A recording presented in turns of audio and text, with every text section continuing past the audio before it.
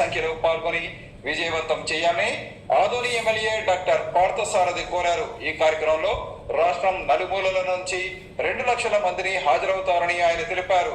నగరంలో జరిగిన కార్యక్రమంలో శ్రీరాములు ఆధ్వర్యంలో పలువురు ఆదోని ఎమ్మెల్యే డాక్టర్ పార్థసారథి సమక్షంలో బీజేపీలో చేరారు.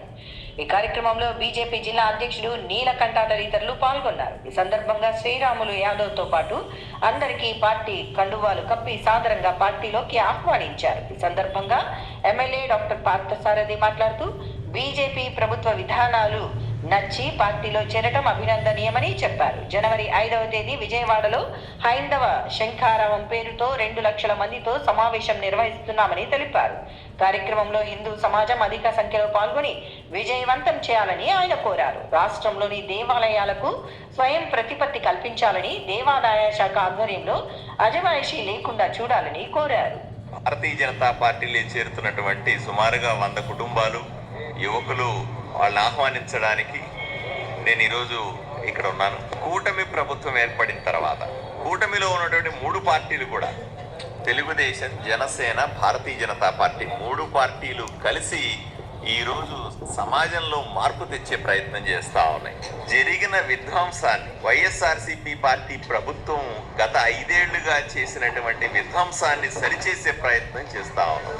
ఒకవైపున ఆర్థిక విధ్వంసం అంటే మీరు చూశారు, ఏ శాఖలో చూసినా ఏ ప్రభుత్వానికి సంబంధించినటువంటి ఏ పని కావాలన్నా ₹1 డబ్బు లేకుండా పోయిన పరిస్థితి. అదే సందర్భంలో పూర్తిగా అధికారుల్లో నిస్తేజం. అధికారులు ఎవరు కూడా గత 5 సంవత్సరాల్లో వాళ్ళకి పని లేదు. నిజంగానే డబ్బులుండి ప్రజలకు ఏదైనా మంచి చేయాలంటే ఆఫీసర్లు పనిచేయాలి, కానీ ఆ పరిస్థితులు గత 5 సంవత్సరాల్లో లేవు.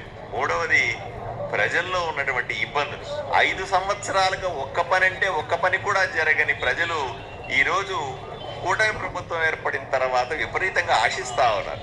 ఏదో అద్భుతాలు జరుగుతాయని వాళ్ళు ఊహించుకుంటా ఉన్నారు. ఇవన్నిటినీ కూడా బ్యాలెన్స్ చేసుకొని గౌరవ ముఖ్యమంత్రి చంద్రబాబు నాయుడు గారు కానీ, గౌరవ ఉప ముఖ్యమంత్రి పవన్ కళ్యాణ్ గారు కానీ, మంత్రులు కానీ, ఎమ్మెల్యేలు కానీ రాత్రి పగలు కాకుండా రోజుకు 15 గంటలు పనిచేస్తా ఉన్నారు. 100 సంవత్సరాలంటే 2047 సంవత్సరానికి 100 సంవత్సరాల తర్వాత మన సమాజం ఎలా ఉండాలా, మన రాష్ట్రం ఎలా ఉండాలా, కర్నూలు జిల్లా ఎలా ఉండాలా, ఆదోనితో పాటుగా మిగతా నియోజకవర్గాలు ఎలా ఉండాలా అనే ఆలోచన చేసేదే విజన్ 2047 డాక్యుమెంట్.